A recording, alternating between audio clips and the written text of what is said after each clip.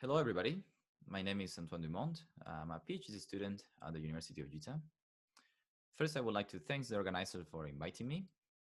Today, I'm going to be talking about my paper on surprisingly strong K-band emission found in low luminosity GNs. The motivation to study low luminosity GNs come from two facts. First, that they seem to be more abundant than brighter quasars at any cosmological time.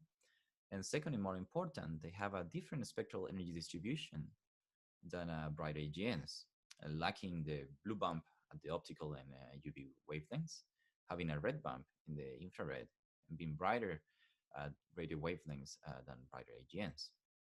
This suggests that they have a different accretion mechanisms that we don't fully understand yet. Typically, studying AGN at the near infrared, especially at low luminosities, is very challenging from the strong contaminations from surrounding starlight. For this reason, we need high-resolution spectroscopic data to be able to separate the AGN emission from surrounding starlight. With this in mind, we have constructed a sample of 15 low-luminosity GNs that have available measured the dynamical supermassive black hole masses. They have detected X-ray nuclear emission, and more important, they have available high-resolution adaptive optics Gemini IFU data.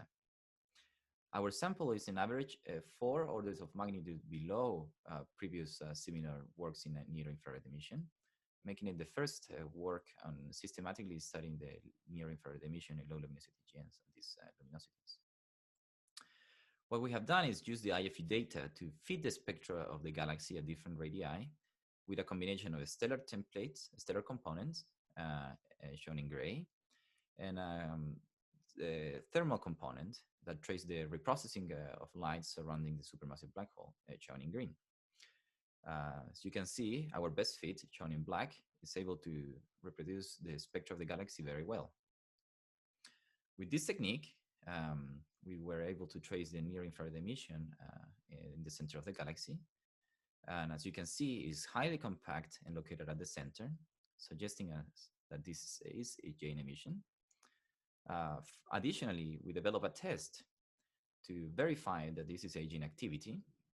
For that, we compared two quantities, the CO bandhead equivalent width with the K-band color of the spectra.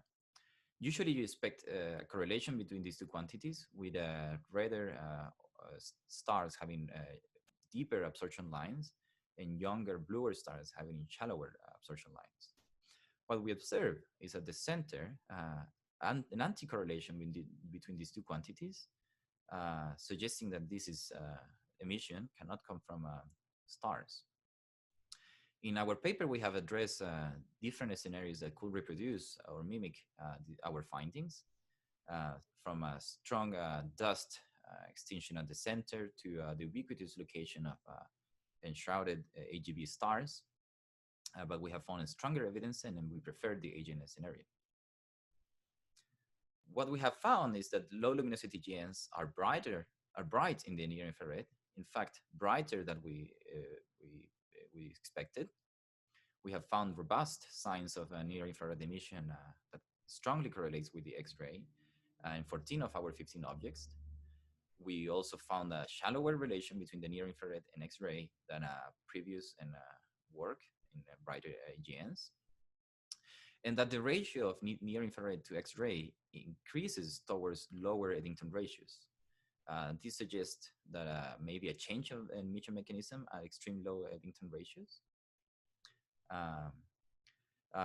With these two findings, we suggest and encourage the uses of near infrared to detecting and studying low luminosity GNs, especially looking at the next generation of space telescope like JWST, that it will have comparable resolutions to the adapted optics spectra that we show here, and it will have unparalleled sensitivities at wavelengths beyond 2 microns, where we predict in our paper this emission, AGN emission, will be dominant.